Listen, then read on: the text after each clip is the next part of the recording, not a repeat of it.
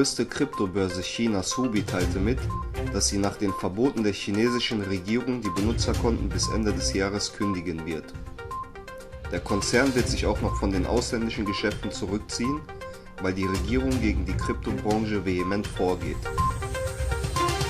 In Toronto in Kanada haben Uiguren eine 148 Jahre alte Kirche in eine Moschee umgebaut.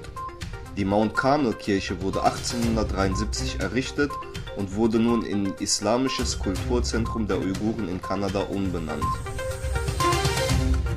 Das Weihnachtsgeschäft läuft bald an, doch in Großbritannien könnten die Regale leer sein.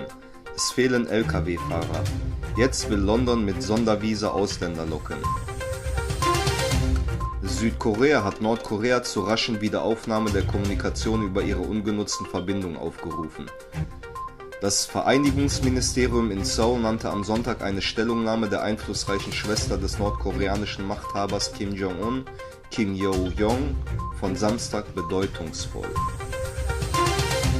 Das chinesische Außenministerium beteuerte in einer Mitteilung am Samstag erneut die Unschuld der Huawei-Managerin Meng und warf den USA ihre willkürliche Inhaftierung vor.